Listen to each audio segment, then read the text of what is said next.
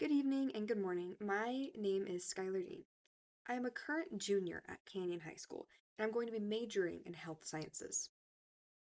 My career goals are after I graduate, I'm interested in working full time as a pediatric CNA. The experience I have in healthcare is 4 complete years of health science classes in high school. And during these years, I've earned CPR, first aid, EKG, and phlebotomy certifications. I have also been an honorary HOSA member all 4 years, and I've competed 2 of those years. I've been to state, and I've also been to nationals.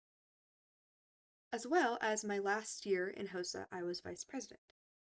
I've done many successful EKGs as well as capillary intravenous punctures. I've also been trained to respond and act during an emergency. And I would love to hear more about your program and what you guys have to offer. I would also love to set up another meeting in the future. Thank you.